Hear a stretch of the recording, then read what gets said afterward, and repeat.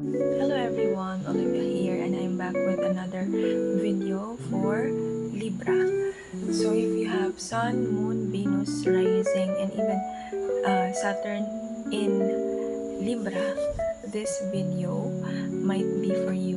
This is your guidance and blessings mo para sa first to second week ng July sa iyong career at love. Tingnan natin kung anong meron sa iyo.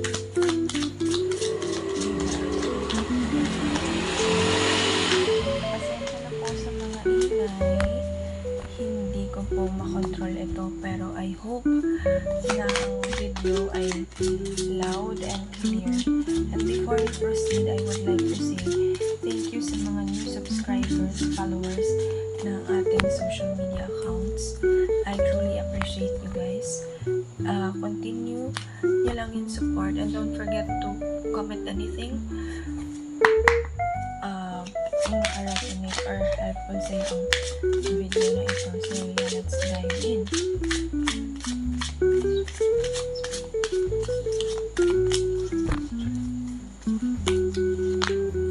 We got the Magician. Oh,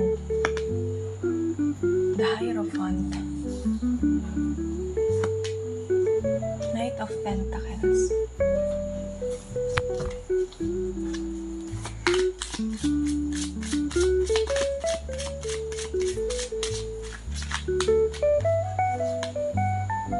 King of Wands, Six of Pentacles,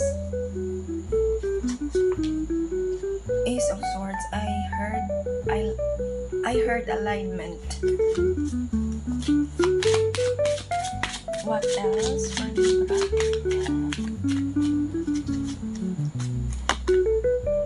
The Empress. Oh,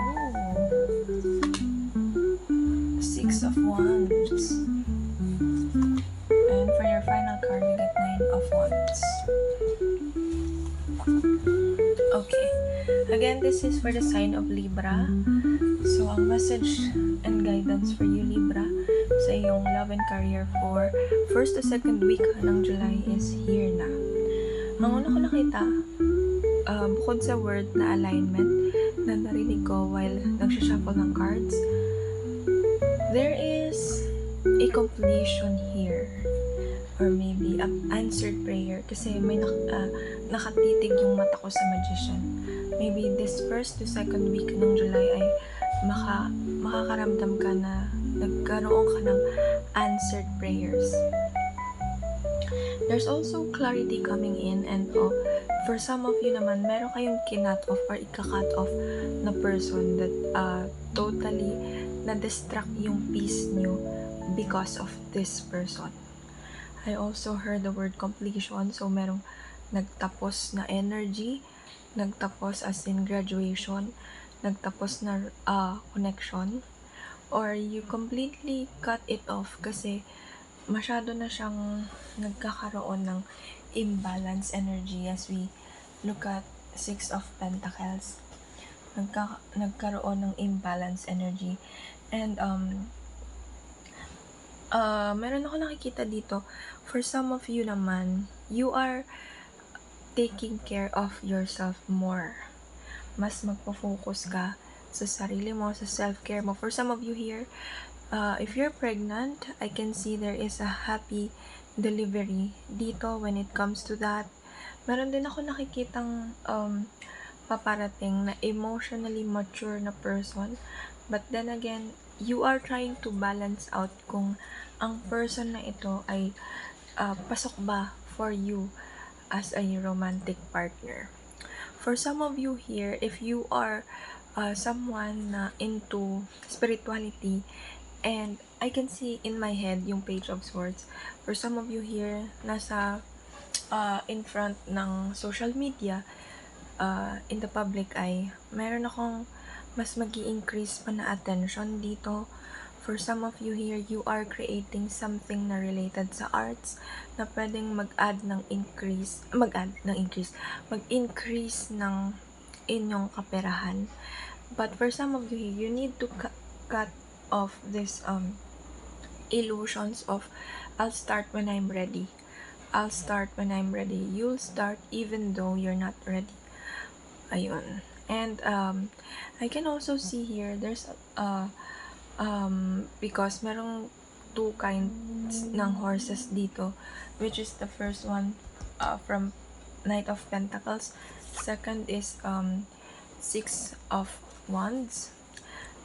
Be careful when it comes to like taking things very very slow to the point na you're procrastinating or you're waiting for some signal or go signal to release, to expand. Maybe you're scared na maging public eye. Baka takot kang, alam mo yung baguhin yung sistema na or system na nakasanayan mo. Kunwari, galing ka sa traditional na family and you're somehow in love sa same sex, parang takot kang ihayag yun or maging real about it kasi takot ka ma-judge. Be truthful. For some of you here naman, this first to second week ng July, you are done na mag-rest. Alam mo yung maybe from the period of resting or focusing on yourself, you are ready to really launch this project. I don't know why nagpa-pop yung launching of project or something na related sa movement. Huwag ka matakot. It's the signal is in your own hands. You have to create your own readiness. You have to really feel it. So yeah, that's it for Libra.